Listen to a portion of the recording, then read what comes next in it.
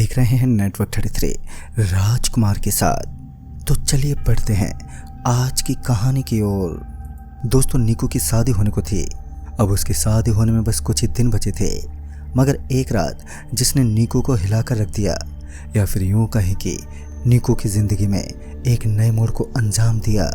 नीकू की शादी तकरीबन 1 महीने बाद ही होने वाली थी। इससे पहले वो अपनी बुआ के यहाँ गया हुआ था, लेकिन किसी ज़रूरी काम के चलते ना चाहते हुए भी नीकू को अपने गांव के लिए निकलना पड़ा। रात होने को आई थी और नीकू अपनी बाइक स्टार्ट करते हुए बुआ के गांव से निकल पड़ा। रास्ता काफ़ी वीरान नज़र आ रहा था, मगर नीकू को कहाँ इन चीज़ों से कोई मतलब था। वो तो बस आराम से ड्राइव करते हुए बाइक को अच्छी खासी रफ्तार में दौड़ाई जा रहा था। नीकू ने अपने कान में हेडफोन डाल रखा था और म्यूजिक की आवाज़ काफ़ी स्पीड से उसे सुनाई दे रही थी। और इतने में ही नीकू की नज़र सामने की तरफ से गुजरने वाली एक महिला पर पड़ी, जिसके शरीर पर बिल्कुल भी कपड़े नहीं थे। नीकू एक पल के लिए डर सा गया और वहीं पर रुक गया, क्योंकि उस अंधेरी रात में एक महिला को बिना कपड़े में देखना सच में रूह कपकपा देने में कायम थी। नीकू भी समझ चुका था कि इस सड़क पर कुछ भी सही नहीं है। उसने अपनी बाइक को वहीं रोक लिया और फिर सड़क के बगल में खड़ा होकर किसी दूसरी गाड़ी के गुजरने का अब वो इंतज़ार करने लगा। काफ़ी देर तक नीकू उसी जगह पर खड़ा रहा और थोड़ी देर के बाद ही एक कार वहाँ से गुजर गई। गाड़ी के गुजरने के बाद नीकू अपनी बाइक पर सवार हुआ और बाइक के गियर डालते हुए झट से वहाँ से निकलने लगा। उसकी आंखें अभी भी उसी गाड़ी पर टिकी हुई थी जो उसके सामने से गुजर रही थी। और फिर अचानक ही वो गाड़ी एकदम से हवा में उछल गई और पलटी खाने की वजह से वो खंडर बन गई। ये दृश्य देखने में बड़ा ही डरावना था। नीकू की हिम्मत नहीं थी कि वो अपनी जान को जोखिम में डालकर उस गाड़ी तक पहुंच सके। वो उसी समय पुलिस को कॉल करने लगा, मगर उसका फ़ोन नेटवर्क एरर बता रहा था, जो एक और प्रॉब्लम थी। खैर, बाद में जब नीकू की नज़र उस गाड़ी की तरफ गई तो उसका दिल दहल उठा। उसने अपनी ज़िंदगी में इससे खौफनाक नज़ारा आज तक नहीं देखा था। जिस दृश्य को देखकर वो पूरा हिल गया, क्योंकि उसने पाया कि वो बिना कपड़ों वाली महिला उस गाड़ी के ड्राइवर की टांग पकड़ते हुए उसे जंगल झाड़ियों की तरफ घसीट रही थी। और पता नहीं उस ड्राइवर का क्या हाल होने वाला था। अब जो भी हो, नीकू जान चुका था कि वो महिला जरूर किसी डायन का रूप है, और इसके बावजूद भी वो अपने स्थान से टस से मस नहीं हुआ। वो उसी सड़क के बगल में खड़ा रहा और वहीं खड़ा होकर किसी दूसरी और गाड़ी के गुजरने का वो इंतज़ार करने लगा, क्योंकि वो इस बात से अच्छी तरह वाकिफ था कि अगर उसने यहाँ से निकलने की हिम्मत जुटाई तो उसका भी वही हाल होगा जो उस गाड़ी के ड्राइवर का हुआ था। नीकू अभी भी सड़क के बगल में खड़ा रहा। वो अभी भी उस गाड़ी को घूर रहा था जिस गाड़ी का कुछ देर पहले एक बड़ा और भयंकर एक्सीडेंट हुआ था। अब उसे कुछ समझ नहीं आ रहा था कि वो करे तो करे क्या।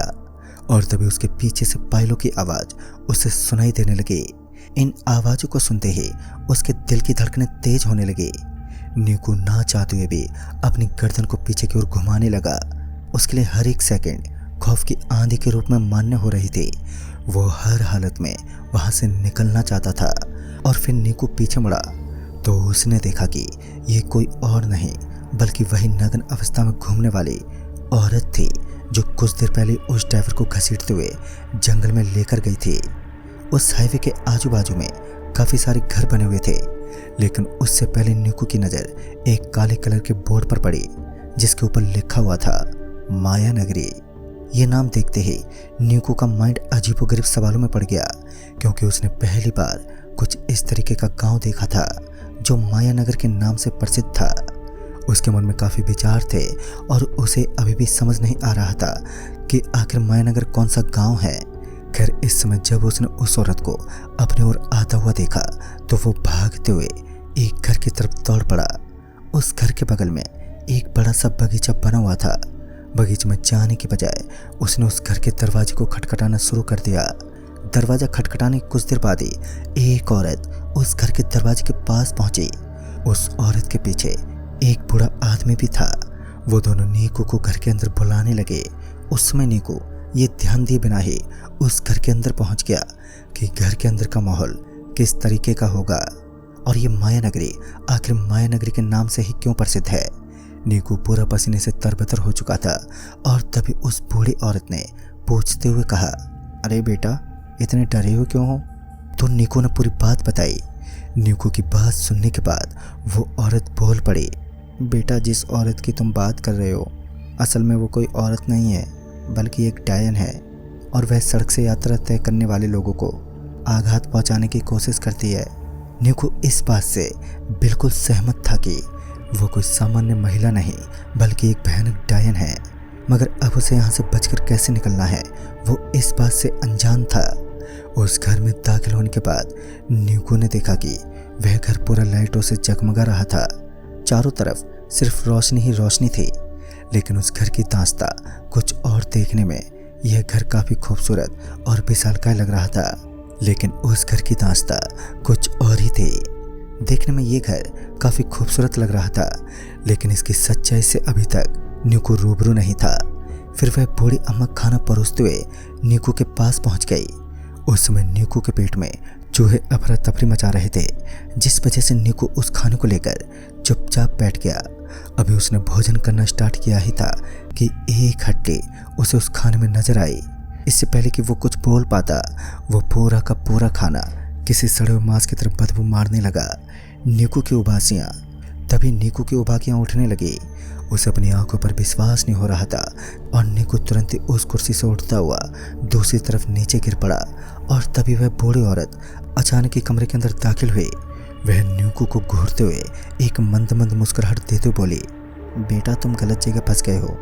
तुम्हें पता भी है यह गांव भूतों का अड्डा माना जाता है। और तब जाकर नीकू को अपने किए पर धोखा होने लगा, क्योंकि अब वह समझ चुका था कि अगर यह पूरा का पूरा गांव शैतानों का अड्डा माना जाता है तो कहीं ना कहीं इस घर का भी उस शैतानी अड्डे से कोई लेना देना होगा। या फिर ऐसा कहें कि इस घर के अंदर मौजूद सारे लोग भूत प्रेत का दूसरा रूप है। मगर इतनी जल्दी इन सब चीज़ों का इल्ज़ाम लगाना भी ठीक नहीं था, जिस वजह से नीकू थोड़ी हिम्मत जुटाने लगा। और फिर वह धीमी धीमी आवाज़ में बोल पड़ा, क्या अब भी? उसने इतना कहा ही था कि उस घर का दरवाज़ा ज़ोर से बंद हो गया। हवा का एक झोंका अचानक उस कमरे में प्रवेश कर गया। उस हवा की वजह से जब उस कमरे की खिड़की खुली तो नीकू झांकते हुए उस खिड़की के बाहर देखने लगा। उसने देखा कि बाहर तो जोर की आंधी और तूफान का आगमन हो चुका था, लेकिन जब उसकी नज़र उस बुढ़िया पर पड़ी तो उसने पाया कि वो बुढ़िया अब वहाँ पर मौजूद ही नहीं थी। चारों तरफ जोरदार सन्नाटा पसरा हुआ था और उस घर का दरवाज़ा एक बार फिर खुला हुआ था। और जब वो उस दरवाजे से बाहर की तरफ देखने लगा तो उसने देखा कि बाहर की ओर तो जोरदार अंधेरा नजर आ रहा था, न ही किसी तूफान की आशंका थी। यानी कि जब वह उस खिड़की से बाहर देख रहा था तब उसे बाहर की ओर तूफानी माहौल नजर आ रहा था, लेकिन वहीं जब वह उस दरवाजे से बाहर की ओर देख रहा था तब कहीं ना कहीं बाहर का नज़ारा एकदम साफ दिख रहा था। यानी कि ना ही कोई तूफान था और ना ही कोई बारिश। और इतने में ही नीकू को अपने पैर के नीचे किसी चीज़ का आभास हुआ। और जब वो झुकते हुए नीचे देखने लगा तो उसने पाया कि एक कटा हुआ हाथ उसके पैरों के नीचे पड़ा था। ये सब देखकर तो उसकी हालत खराब होने लगी। वो झट से उस दरवाजे से बाहर निकल गया और दरवाजे से बाहर निकलने के बाद उसे यही लग रहा था कि अब वह बच निकला है, लेकिन असली मुसीबत तो अभी बाकी थी। वो तुरंत उस हाईवे पर पहुंच गया और उस हाईवे पर पहुंचने के बाद उसे दूर दूर तक नग्न अवस्था में घूमने वाली औरत कहीं भी नजर ही नहीं आई। उसे कुछ राहत मिली, लेकिन ये राहत बस कुछ देर के लिए थी। उस हाईवे पर पहुंचने के बाद वो अपनी बाइक की तलाश करने लगा।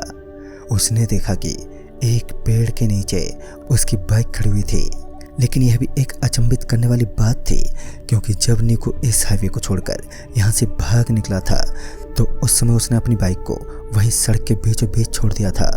मगर अब उसकी बाइक पेड़ के नीचे खड़ी थी। पहले तो नीकू इधर उधर देखने लगा, शायद कोई नजर आ जाए, लेकिन वहाँ कोई भी नहीं था। फिर उसकी नज़र उस एक्सीडेंट हुई गाड़ी पर पड़ी तो इस पर उसने पाया कि उस गाड़ी के अगल बगल में दो लोग बैठे हुए थे, जो शायद उस गाड़ी के एक्सीडेंट के बारे में बातचीत कर रहे थे।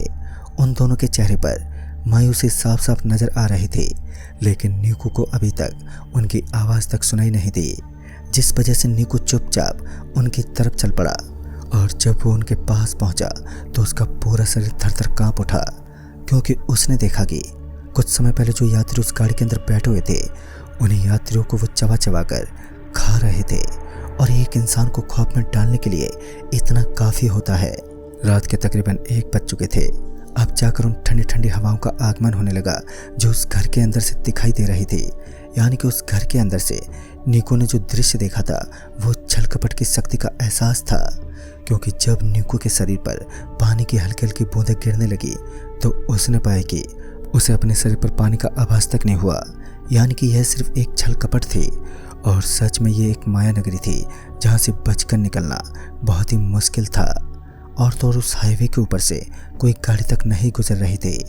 फिर निको की नज़र उस सड़क के बाईं तरफ बने एक गहरे कुएं में गई तो उस कुएं के अंदर से अजीबोगरीब आवाज़ें आ रही थी, और निको को ये समझते ज़्यादा देर नहीं लगी कि कहीं ना कहीं इस कुएं के अंदर से जो आवाज़ें आ रही हैं वो कोई नॉर्मल आवाज़ नहीं बल्कि शैतानी शक्तियों द्वारा बिछाया गया कोई भारी जाल ही होगा। गाड़ी के हॉर्न की आवाज़ सुनते ही निको की दिल की धड़कनें तेज होने लगी। दरअसल इस बार उसे अपने पीछे की तरफ से किसी की गाड़ी के हॉर्न की आवाज़ सुनाई दी, और जब वो पीछे पलटा तो उसने देखा कि एक कार जिसके अंदर एक अकेला शख्स बैठा हुआ था वो गाड़ी का हॉर्न देते हुए निको को वहां से हटने का इशारा कर रहा था। उस गाड़ी के साथ उस आदमी को देखते ही निको को एक उम्मीद नजर आई। वो जल्दी से उस गाड़ी के पास पहुंचा और विंडो को नीचे करने का इशारा करने लगा, और इशारा पाते ही उस आदमी ने गाड़ी की विंडो को नीचे गिराया। लेकिन जब निको ने उस आदमी के शरीर को देखा तो निको का पूरा बदन एक बार फिर एकदम से हिल उठा। निको तत्काल पीछे पलट गया और वहां से भागते हुए वापस किसी सुरक्षित स्थान की तलाश करने लगा। लेकिन ये उसके लिए काफ़ी नहीं था, क्योंकि वह पैर कटा हुआ इंसान एकदम से गाड़ी से नीचे उतर गया। दरअसल उसकी आंखों की जगह 2 पुतलियां नजर आ रही थी, और वो अपनी डरावनी और तिरछी आंखों के साथ निको का पीछा करने लगा। मगर अब निको भी घबरा गया था कि इस समय उसे क्या करना चाहिए, क्योंकि वह माया नगरी पूरे तरीके से मायावी बन चुकी थी। जिस तरफ निको के कदम पड़ते तो उसी जगह पर निको को काली शक्तियों से सामना करना पड़ता। निको पूरी तरीके से टूट चुका था, और अब वह अपनी जिंदगी जीने की सारी उम्मीदें भी छोड़ चुका था कि तभी उसके गले में मौजूद वह माला एकदम से चमकने लगी जो उसने भगवान शिव के मंदिर से खरीदी थी। पता नहीं क्यों, लेकिन निको को ऐसा लग रहा था मानो ये माला ही उसके लिए एक जीवन दान साबित हो सकती है। लेकिन उसे सोच ही नहीं रहा था कि उसे क्या करना चाहिए। और फिर अचानक ही उसे उस सड़क के बाईं तरफ एक बूढ़ा बैठा हुआ दिखा, जिन्होंने अपने हाथ में एक लोटा ले रखा था। उस लोटे को तो देखकर ऐसा ही लग रहा था मानो ये कोई तपस्वी बाबा है। लिहाजा इस बार निको ना चाहते हुए भी उस बूढ़े बाबा के पास पहुंचा और हाथ जोड़ते हुए प्रार्थना करने लगा कि मैं इस माया नगरी में फंस गया हूँ और अब मुझे किसी भी तरह यहाँ से निकलना है। निको की बात सुनने के बाद वह बाबा अपने चेहरे पर एक हल्की सी मुस्कुराहट देते बोले, बेटा वैसे तो यहाँ से निकलना बहुत मुश्किल है, लेकिन यहाँ से निकलने का एकमात्र रास्ता ये है कि यहाँ से निकलने के लिए तुम्हें एक आरक्षित नामक स्थान तक पहुँचना है, और उस स्थान तक पहुँचने के बाद तुम्हें एक बस नजर आएगी और तुम किसी भी तरह उस बस के अंदर दाखिल हो जाना, और फिर वो बस तुम्हें एक सही जगह पर छोड़ देगी। फिर क्या था, निको अपनी बाइक को वहीं छोड़ते हुए उस स्थान पर पहुंच गया जिस स्थान के बारे में उन बाबा ने बताया था। लेकिन वहां तक पहुंचने के लिए उसे काफ़ी खतरों से सामना करना पड़ा, क्योंकि जब वो उस गेट के अंदर पहुंचा तो उसे एक बड़ी ही भयानक और काली परछाई नजर आई। मगर उसने हिम्मत जुटाई और किसी तरह वहां से निकल गया। शायद इसी वजह से अभी तक उसकी सांसें चल रही थी, और अब वो उसी बस के इंतजार में था जिस बस के बारे में उन बाबा जी ने बताया था। लिहाजा थोड़ी ही देर के बाद एक बस उस जगह में दाखिल हुई, और वहां पर पहुंचने के बाद निको जल्दी से उस बस के अंदर बैठ गया। बस के अंदर सब कुछ एकदम खामोश लग रहा था, लेकिन जब निको की नज़र उस बस में लिखे हुए एक नाम पर पड़ी तब जाकर उसकी सांस में सांस आई। दरअसल उस बस के अंदर जय भोले बाबा का नाम लिखा हुआ था, जिस वजह से उसे ये समझते देर नहीं लगी कि यह बस कोई भूतों की बस नहीं है। वो उस बस के एक कोने में चिपक कर बैठ गया। थोड़ी देर के बाद उसकी आंखें बंद होने लगी, क्योंकि अब नींद का आक्रोश उसके ऊपर सर चढ़कर बोल रहा था। तकरीबन 5 मिनट बीत जाने के बाद निको की आंख लग गई, और जब तक उसकी आंख खुली तो उसने देखा कि वो अब अपनी बाइक के साइड में पड़ा हुआ था, और इस समय वो उस पुल के ऊपर था जो उस माया नगरी के दूसरे छोर पर बना हुआ था। रात के तकरीबन 3:30 बज चुके थे। अंधेरा अभी भी काफ़ी ज़ोरदार अंदाज में छाया हुआ था, मगर उसके तुरंत बाद ही नीकू झट से उठता हुआ वहाँ से निकल गया। नीकू वहाँ से तो निकल गया, मगर उसके मन में आज भी एक बात ये खटकती है कि वो मायानगरी कहाँ स्थित है और वो बाबा कौन थे। क्या भगवान शिव के कोई अवतारी थे या फिर कोई और? सवाल काफ़ी थे उसके मन में, लेकिन आज तक उनका कोई भी जवाब उसे मिल ही नहीं पाया। तो दोस्तों, इस कहानी में बस इतना ही। तब तक के लिए बाय एंड टेक केयर।